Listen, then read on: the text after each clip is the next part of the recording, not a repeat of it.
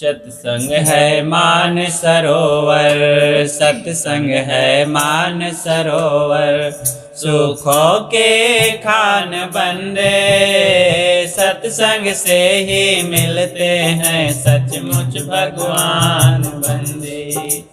सत्संग से ही मिलते हैं सचमुच भगवान बंदे।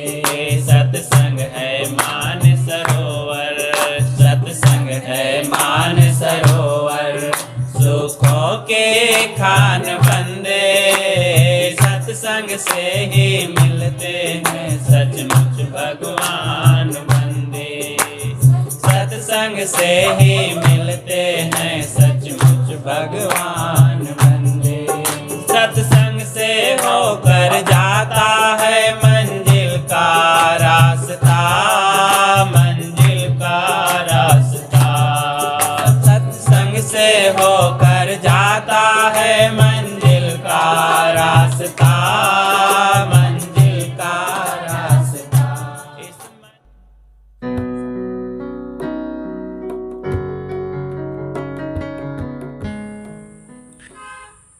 अब हम परम पूज्य श्री साहेब जी से विनम्र निवेदन करते हैं कि आप अपने गंभीर एवं कल्याणकारी विचारों से हम सबको लाभान्वित करने की कृपा करें। पूजनीय संत समाज, साध्वी समाज, भक्तिमती माता बहनों, श्रद्धालु भक्त भाव से भरे सज्जनों और प्यारे बच्चों,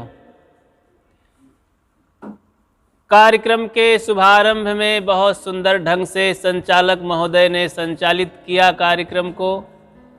भजन और सुंदर विचार श्रवण किए। थोड़ा सा विचार आप सबके बीच में निवेदन प्रस्तुत है। जिंदगी में जिंदगी का राज पाना चाहिए, मन और इंद्रियों को स्वश रखना चाहिए, असत्य और आसक्ति का त्याग करना चाहिए, अपने को जान करके मस्त रहना चाहिए। इन 4 पंक्तियों में कहने वाले ने बहुत बड़ी जान डाल दी है, अमृत भर दिया है। विचार करें, ये जीवन मिला है, इसको समझने के लिए, उद्धार करने के लिए, इसके रहस्य क्या हैं, क्यों मिला है जीवन।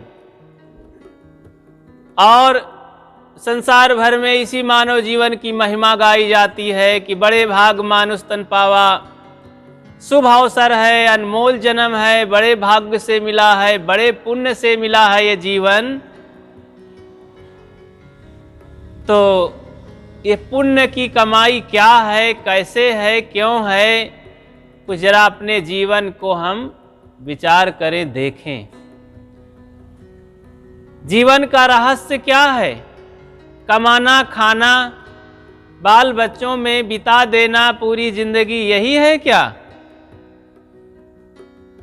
बचपन में निश्चिंत रहे, जैसे थोड़ा बड़े हुए, किशोर और जवानी की तरफ चले तो फिर चिंताएं बढ़ने लगी, उलझने बढ़ने लगी, टेंशन में आ गए, तमाम जिम्मेदारियों में उलझ गए, जिंदगी के रहस्य को कहाँ समझे। तो हमें यही समझना है, बदलना है जीवन को, इसको सार्थक बनाना है, सुसज्जित करना है, इसे सजाना है। घर को सजाना जान गए, शरीर को सजाना जान गए, क्या हम अपने जिंदगी को भी सजाना जानते हैं? सब कुछ बदल गया, लेकिन हमारी जिंदगी नहीं बदली, हमारे विचार नहीं बदले, और खोजपूर्ण जिंदगी नहीं रही, सच्चाई की खोज नहीं किए, अपने जीवन में सद्गुणों की खोज नहीं किए। जो परंपरागत हमारे जीवन में कुछ रीति रिवाज के तहत आ गए, कुछ पूजा पाठ सीख लिए, किसी ईश्वर परमात्मा को जाप ध्यान सीख लिए, कुछ शब्दावलियों में उलझ गए, यही हमारा धर्म है, यही सबसे ऊंचा है। दुख जिससे मिटता है वो काम हमने नहीं किया। दुख इस प्रकार से मिटता है जब हमारे विचार बदलते हैं। गिरता है विचार तब गिरता है आदमी। जिसे इसने संभाल लिया वो खुद संभल गया। जब आदमी का विचार स्तर गिर जाता है तो आदमी का जीवन बिगड़ जाता है।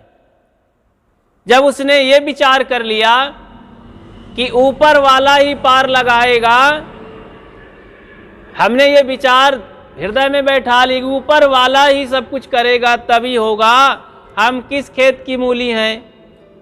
ये गिरे स्तर का विचार फिर हमको कभी उठने नहीं देगा। यही विचार जब गुरु संतों से पा करके और हमारी आंखें खुल गई हृदय की, विवेक और विचार की दो आंखें होती हैं, और ये दो आंखें हैं ऊपर की, शरीर की। ये आंखें जब अच्छी रहती हैं तो संसार दिखाई देता है, और जब भीतर की आंखें खुलती हैं तो आत्मा दिखाई देती है। भीतर के दिखाई देते हैं सद्गुण सदाचार, संपत्ति हमारी कमाई। इस कमाई को देखने के लिए, संपत्ति को देखने के लिए सद्गुरु कबीर का बीजक है। इसीलिए उसमें बात आई, बीजक वित्त बतावे जो विद गुप्ता होए, ऐसा शब्द बतावे जीव को बूझे बिरला कोय। ऐसा बीजक वित्त, वित्त कहते हैं धन को। कैसे धन को बताता है बीजक? जो वित्त गुप्ता होए, जो गुप्त धन है भीतर। कौन सा धन है? यही हमारी शक्ति, सद्गुण सदाचार, दया, क्षमा, शील, संतोष, धीर, विचार, विवेक, भक्ति। ये भीतर संपत्ति है हमारी, लेकिन वो अब दिखाई नहीं पड़ती, दबी हुई है। आत्मधन छुपा हुआ है। कस्तूरी कुंडल बसे मृग ढूंढे बन माही, तैसे घट घट राम है दुनिया जानत नाही। मृग के अंदर कस्तूरी होती है नाभ में, लेकिन वो भटकता है जंगल में। ज्यों तिलमाही तेल है, ज्यों चकमक में आग, तेरा साईं तूझ में जाग सके तो जाग। जब ये गुण हमारे अंदर मजबूत होते हैं, ये संपत्ति दिखाई देती है, तब हृदय धन से भर जाता है, खुशियों से झूम उठता है, अपना धन मिल जाता है। संसार का ये सब पराया धन है, छूट जाने वाला है। धन दौलत, बैंक बैलेंस, लड़के बच्चे, पति पत्नी, माँ बाप, भाई बंधु, ये साथी बराती, ये सब छूट जाने वाले हैं एक दिन। कब तक इसको टिकाए रखेंगे? हमने भीतर का धन कमाया नहीं, बाहर के धन सब छूटने वाले हैं। अनिश्चित है, और जो निश्चित धन है उसे कमाए नहीं। इसलिए इस धन को कमाने की जरूरत है, विचार बदलने की जरूरत है कि मैं ये काम कर सकता हूं, ये मेरी जिम्मेदारी है। इसको कोई बाहर का परमात्मा नहीं करेगा। संत गुरुजन केवल मार्गदर्शक हैं, हमें रास्ता बताते हैं, चलना हमें पड़ेगा। एक कुम्हार था, वो गांजा पीने का जो होता है ना नशा, तो उसकी चिलम वो बनाया करता था। चिलम तो लोग वो बेचता था चिलम, और लोग पीते थे। यही उसका धंधा निर्वाह का था। एक दिन उसके मन में आया कि मिट्टी लेकर के चाक पर रखा और सोचा कि मैं हर समय गांजे चिलम बनाता हूं, चिलम गांजा पीने का। तो उसका दिमाग थोड़ा सा बदला, विचार बदला। उसने कहा आज मैं कुछ दूसरा बना दूं। प्रयास किया, हाथ की अंगुलियों को घुमाया और एक दूसरे ढंग का बना दिया बर्तन, सुराही, जिसमें पानी पिया जाता है। पतले मुंह की लंबी सी सुराही बना दिया। जैसे सुराही बना करके और उसे आग में पका के तैयार किया तो सुराही हंस पड़ी। उसने कहा अरे कुम्हार, तेरा तो विचार बदला। उसने कहा कि मुझे तूने क्या किया? मेरा तो आकृति ही बदल दिया, लेकिन मेरा विचार बदल गया था, इसीलिए मैंने गांजा की चिलम से सुराही बना दिया। तब सुराही कहती है, अरे मालिक कुम्हार, तेरा तो विचार ही बदला, मेरा तो जीवन ही बदल गया। अभी तक मैं उसमें जलती थी आग में और दूसरे को जलाती थी। जो मुझे गांजा लेकर पीता था उसका कलेजा जलता था, वो पागल होता था। अब तो सुराही में बन गई हूं और मेरे पास जो आएगा शीतल पानी पिएगा, मैं भी ठंडी शीतल रहूंगी। सुराही का जीवन बदल गया। कैसे बदला? जब कुम्हार का विचार बदल गया। इसी तरह जो आदमी दुख देता है और दुख में रहता है, उसी का जब विचार बदल जाता है तो सुख में रहता है और सुख बांटता है। तो हम सबका विचार बदलना चाहिए। सदगुरु कबीर कहते हैं, करहु विचार तो सब दुख जाई, झूठा परिहर केर सगाई। विचार करो तो सारे दुख चले जाएंगे, उड़ जाएंगे जीवन से। विचार करेंगे तो कोई नशा नहीं करेंगे, विचार करेंगे तो गलत खान पान नहीं करेंगे। जिस खान पान को कुत्ता, बिल्ली, बाघ, भालू, गंदे जानवर करते हैं, उसको आदमी पैसा लगा के खरीद के इस पवित्र जीवन में मुख में डालता है। जिस मुख में हाथ धो करके आदमी अंगुली डालता है, इस 2 साल के कोरोना में तो भाई क्या कहे, दवाई हाथ में लगा लगा करके धोते धोते हाथ की चमड़ी छिल गई। और ये सब काम तो संत सहज ही बताया करते हैं कि भाई शुद्धता पवित्रता से रहो, और सरकार तो अरबों रुपए लगाकर इसका प्रचार कर रही है। संत की बात मानने के लिए तैयार नहीं है। तो भाई ये जो जीवन में हमारे गंदे विचार रूपी कोरोना है, जो हमें हर समय दुख देते हैं, ये जो आया एक रोग कोरोना, ये जब आ जाता है तो सारा दुख छुड़ा के चला जाता है। शरीर ही दुख है, अब विचार ही, गंदी आदत ही दुख है, तो शरीर को क्या करेगा? मार डालेगा, आत्मा को तो मारेगा नहीं। लेकिन जो हमारे अंदर गंदी आदतें हैं, गंदे विचार हैं, गंदे संस्कार हैं, वो तो लोक परलोक को ही नष्ट कर देता है। इसलिए हमें अच्छे विचार जीवन में धारण करना है। संत गुरुजनों से अच्छे विचार सीख ले करके हम अपने जीवन को बदलें, अपने परिवार को बदलें, अपने समाज को बदलें, अपने बाल गोपालों को बदलें। भावी पीढ़ी हमारी बदल जाएगी। देखो, हम सब लोग एक भक्त परिवार में सदगुरु कबीर साहब की विचारधारा में चल रहे हैं। दूर दूर से संत आते हैं, आप संतों के ज्ञान अमृत को लेकर के सिर झुका करके स्वीकार किए हैं कि निश्चित ही आपके हम बताए पथ पर चलेंगे। तो आज ऐसा जीवन है, खान पान भी सुधर गया, किसी प्रकार का दुर्व्यसन नहीं है। जितना बन सके अंधविश्वास भ्रम से दूर होवें, और ये नहीं सोचना है कि हम थोड़ी संख्या में हैं। कभी कभी होता है मन की भाई 95% 99% तो सब लोग गंदे दिशा में जा रहे हैं, गंदा खान पान है, हमारी कौन सुनेगा, हम तो कम हैं। सत्य कभी बहुमत में नहीं होता है बंधुओं, सत्य अकेला होता है। और भक्त संत अकेले चलते हैं, डरने की कोई जरूरत नहीं। सूरज आकाश में अकेले होता है, तारे गण उसका कुछ नहीं कर पाएंगे। इसलिए आत्मचिंतन करना चाहिए, आत्म भजन करें, अपने जीवन को बदलना है। घबराने की जरूरत कभी नहीं है। खूब ध्यान चिंतन करें। सदगुरु कबीर का ठोस विचार है, उनकी गजब की छत्र छाया में हम लोग हैं। और वो कहते हैं, कर बहिया बलिया अपनी छाड़ बिरानी आस, जाके आंगन नदिया बहे सो कस मरे प्यास। जिसके आंगन में नदी बह रही है वो प्यासा क्यों मरे भाई? परख परख करके विचार करना है। परखने वाला कभी धोखा नहीं खाता है। कैसे धोखा खाते हैं जो नहीं परखते हैं, और जो परख लेते हैं कैसे धोखा नहीं खाते हैं। एक उदाहरण से समझें। एक बहेलिया तो जानते हैं, पक्षियों को पकड़ने वाला। बहेलिया पक्षियों को पकड़कर निर्वाह करता था। एक दिन सुग्गा को पकड़ा, तोता सुग्गा पकड़ करके ला रहा था।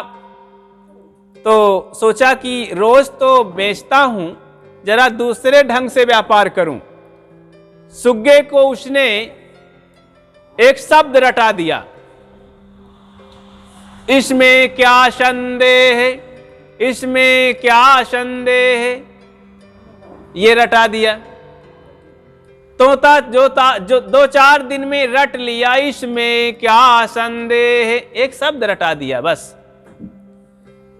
सुग्गा को व्यापारी वो बहेलिया बाजार में ले गया और साइन बोर्ड लगा दिया कि मेरा तोता 4 वेद, 6 शास्त्र, 18 पुराण, धनुर्विद्या, ज्योतिष विद्या, रसायन विज्ञान, जीव विज्ञान, भविष्य विज्ञान, तमाम दुनिया के समस्त कुरान, पुराण, बाइबिल सब पढ़ा लिखा है।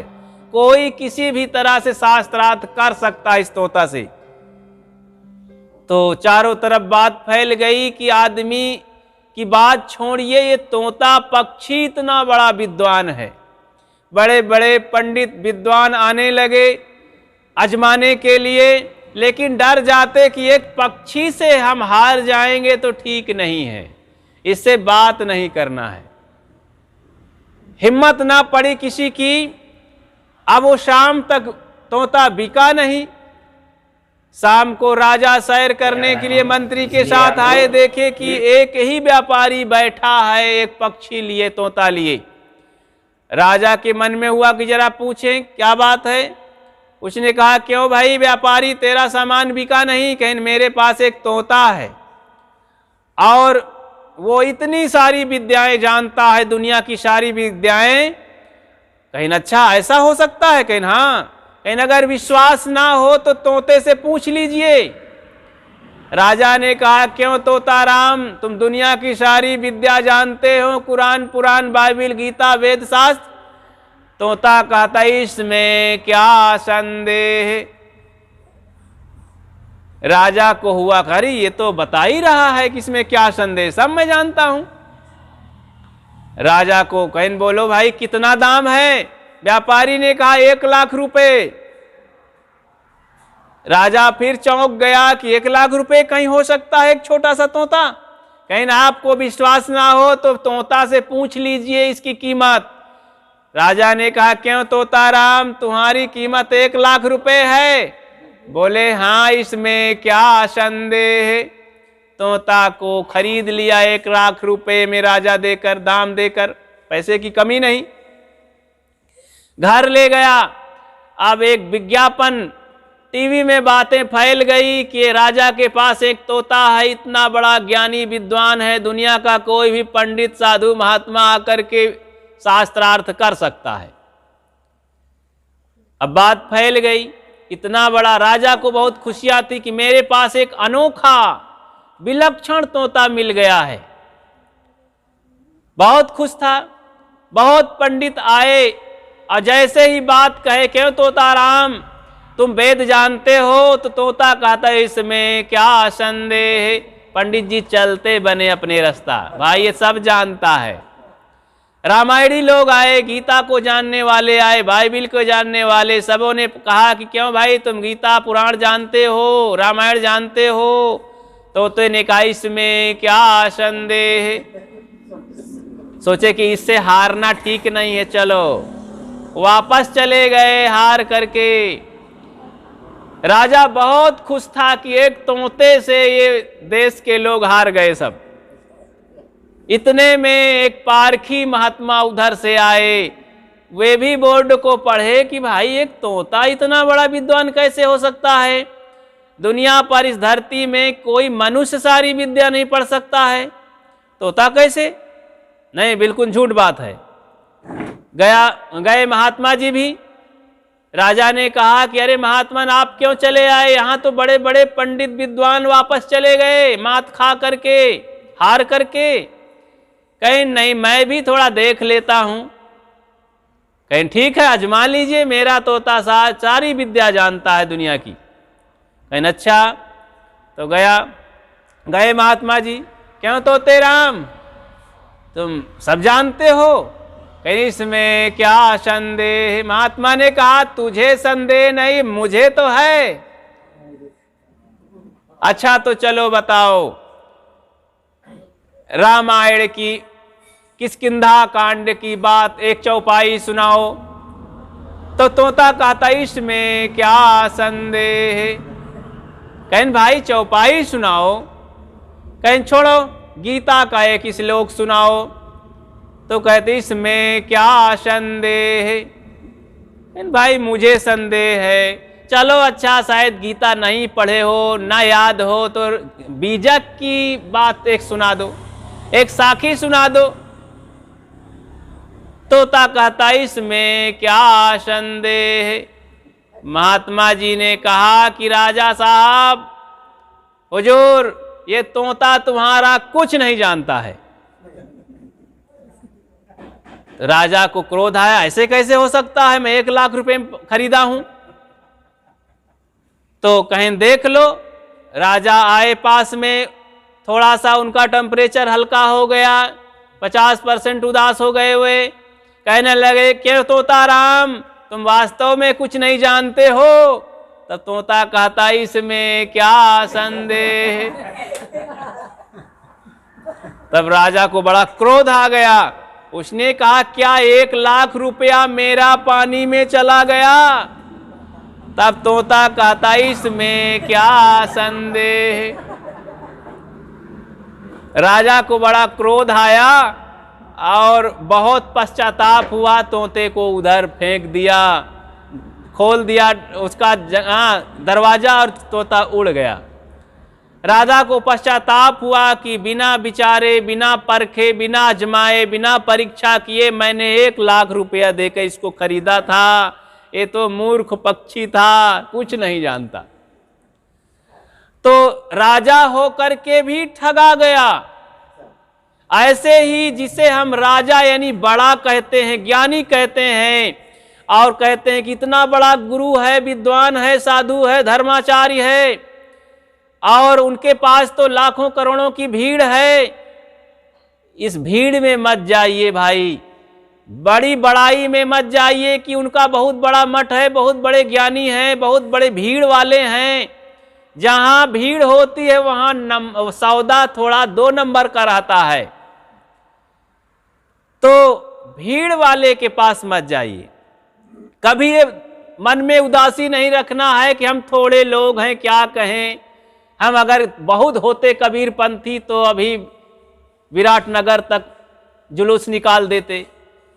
अब 10, 20, 50 लोग क्या कर पाएंगे? ऐसी बात नहीं है। सत्य के राही थोड़े ही होते हैं। देखो सदगुरु कबीर साहब अकेले अपना डंका भारत और नेपाल और कहां कहां इधर विदेशों में जाकर फैला दिए। वो जमाना 600 साल हो गए, 550 साल हो गए, ना कोई ट्रेन थी, ना हेलीकॉप्टर था, कहीं कुछ नहीं था। पैदल और बैलगाड़ियों से चल करके, दौड़ लगा करके अपने इस ज्ञान का प्रचार किया। हम लोग तो आज बहुत हैं, बहुत संत हैं, भक्त हैं, खूब उत्साह के साथ इन विचारों को अपने जीवन में उतारें, अपने बच्चों तक पहुंचावें कम से कम। और इन विचारों से बड़ा जीवन हल्का होता है। कोई अंधविश्वास नहीं, कोई दुर्गुण नहीं, कोई भगवान ईश्वर परमात्मा का भरोसा नहीं। स्वयं अपनी शक्ति को हम जागृत करें। संयम, सदाचार, एक से एक देवता हैं हमारे अंदर। दया, क्षमा, शील, संतोष, धीर, विचार, ब्रह्मचर्य, वैराग, साधना, संयम, इन देवताओं को जब हम प्रकट करेंगे तो बड़े विशाल रूप ये धारण करेंगे और हमें देवता और परमात्मा और भगवान ब्रह्म बना के ही छोड़ेंगे। तो बाहर कहीं भटकना नहीं है। तो जिंदगी में जिंदगी का राज पाना चाहिए, मन और इंद्रियों को स्वस्थ रखना चाहिए। एक बात और मैं कहना चाहूँगा कि जैसे आप संतों को मानते हैं, पूछते हैं, तो संत हो जाने में क्या हर्ज है, क्यों घबराते हैं? आपके अगर कोई बाल बच्चे और बेटियों में बेटों में कोई साधु संत होने के लिए तैयार हो, ब्रह्मचारी और वैरागवान, तो उत्साहित करो, उसका पैर नहीं खींचना है। मैंने यहाँ आकर के देखा नेपाल में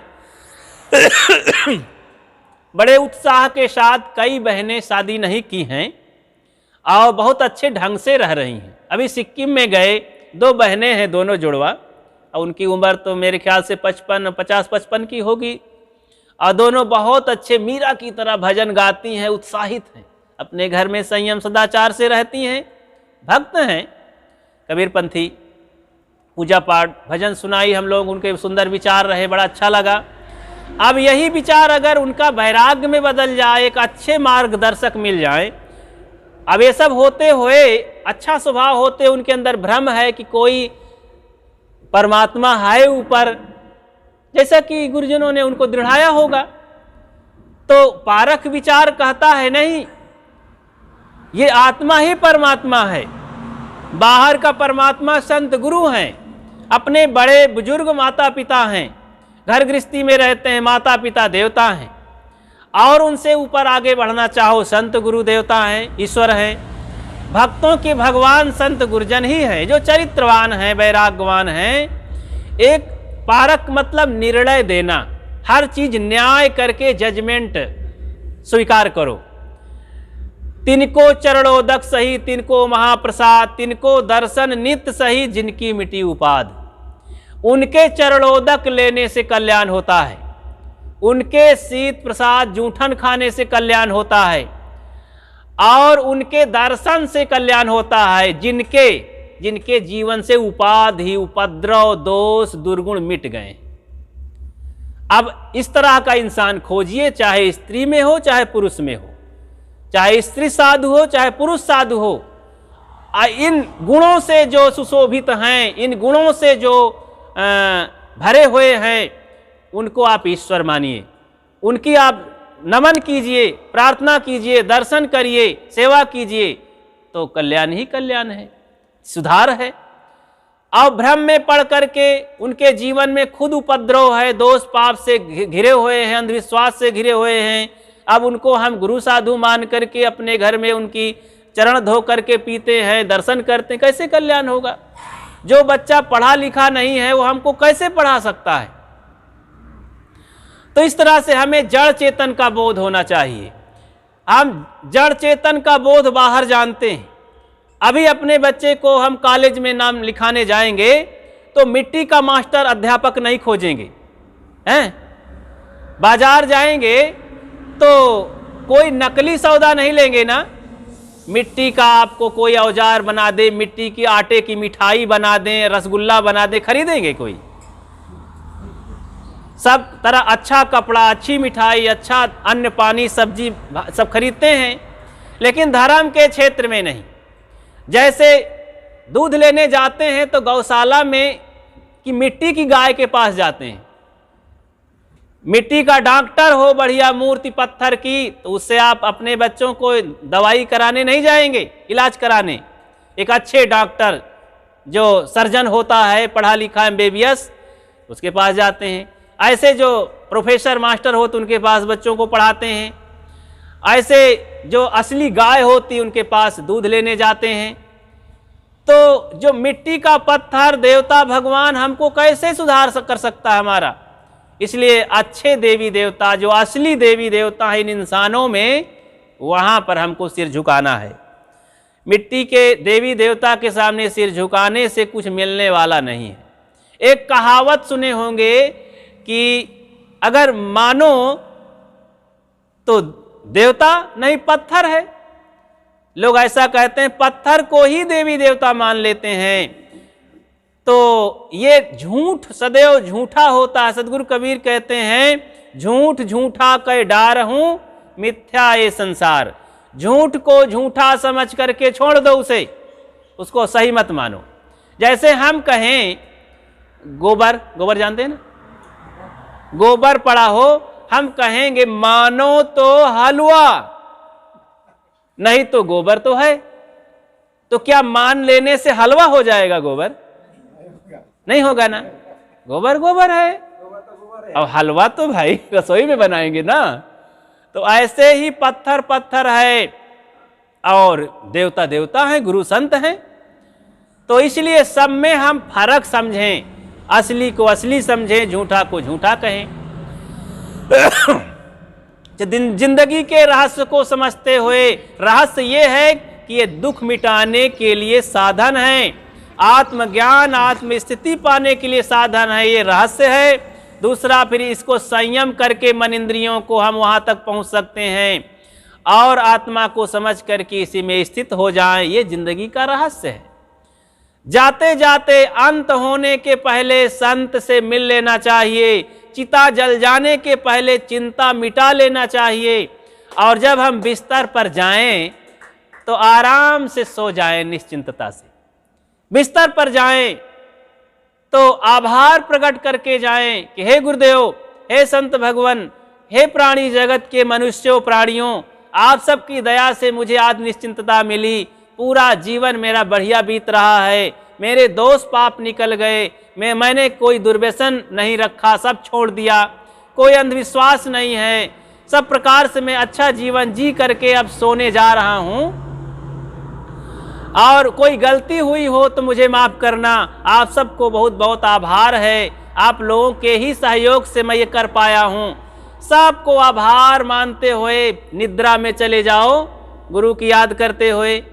शायद शरीर छूट जाएगा तो आप सतलोक पहुंच जाएंगे, इसमें कोई संदेह नहीं है, क्योंकि सतलोक में रहने वाला जीते जी सतलोक कैसे नहीं जाएगा।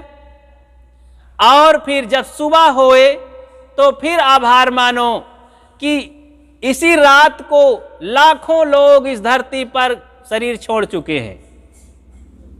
एक दिन में पता नहीं कितना लोग मर जाते हैं, तो उसमें से लाखों चले गए, मैं बचा हूं अभी।